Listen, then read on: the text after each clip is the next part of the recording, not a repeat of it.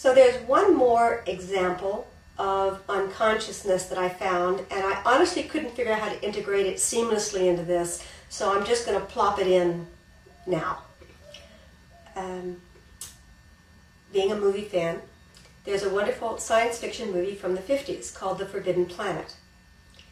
And it gives a lovely story quality to a discussion of the unconscious. And very briefly, the premise is that there was an alien world and there were very, very advanced beings, and they were called the Krell. And they invented fabulous machinery that at some point would do what their thoughts told it to do. And then a bunch of colonists from the Earth arrive, and they find that there are no Krell, but that there are these machines. But they are also wiped out over a period of time, leaving 2 survivors. So then the third wave comes in, the third ship, or second ship from Earth.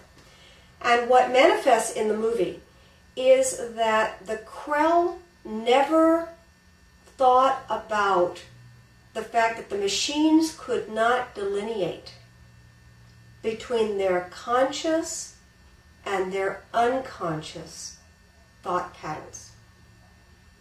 So that they were destroyed when their primitive emotions were stirred. And they didn't realize what was happening because they were not aware of their own inner negativities. And once again, I'm not putting a value judgment on this, but destruction tends to be negative.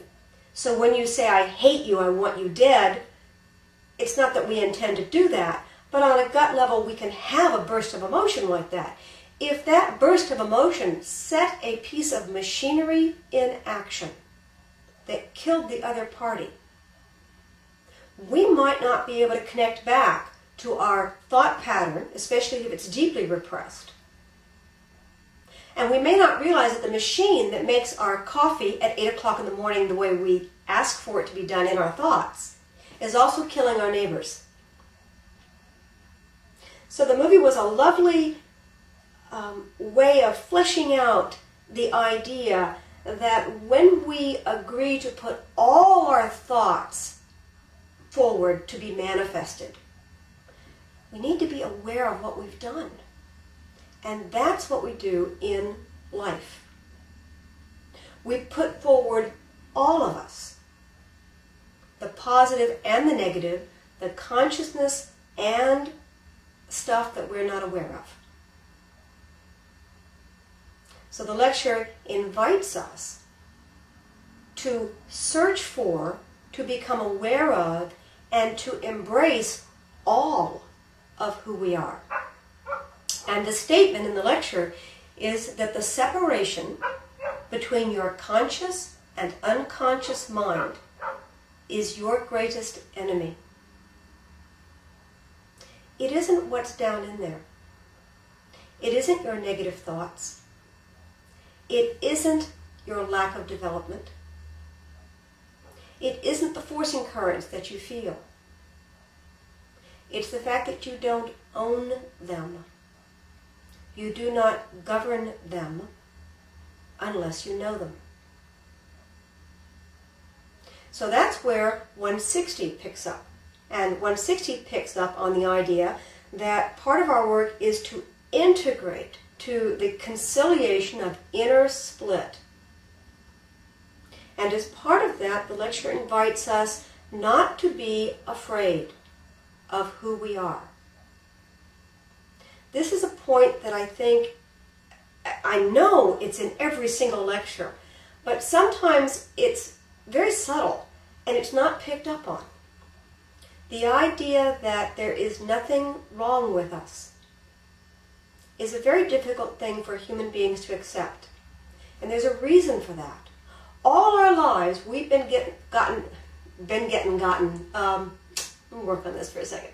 All our lives, the primary feedback you get is, don't do that.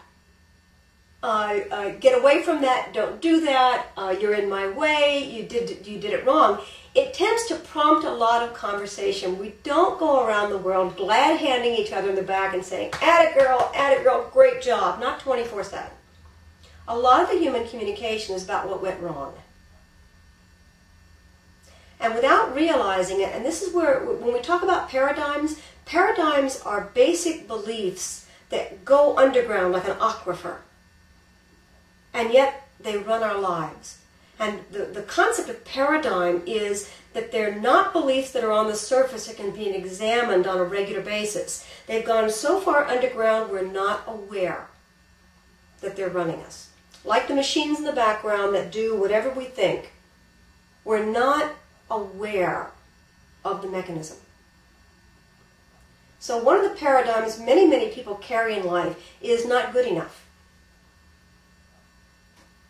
And I like using the word spiritual practice because it does take practice to pull out these paradigms and to work with them and begin the process of shifting them. It's not easy to hold what is an adult level of confusion. You know, kids don't hold this. That's why they come up with value systems and paradigms and simplistic solutions, and they start building their lives on them. Because all this complexity can be very hard. But as adults, it's important for us to get a grasp on the fact that it's very complicated.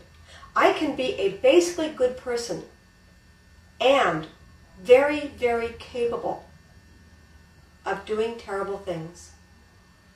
By not realizing the implication of my actions, by not realizing my self-interest, by not constantly reminding myself, what am I doing for everybody versus what am I doing only for me or my family or my town or my village. Anytime there is a duality expressed, them and me, and I vote for me instead of trying to see a larger picture, then there's a possibility there that in my narrow-mindedness, I can do things that are not good long-term for all of us. And this would be a spiritual explanation for why good people can do terrible things. To some degree, they simply become myopic. It is not my experience that people want to create harm. It is my experience that they are actually trying to prevent harm. But when in trying to prevent harm, we create even more dualities. This is a little bit better than that, which is a little bit worse than that. The dualities are the problem. So this goes back to what the lecture said, that the separation between your conscious and unconscious mind is your greatest enemy.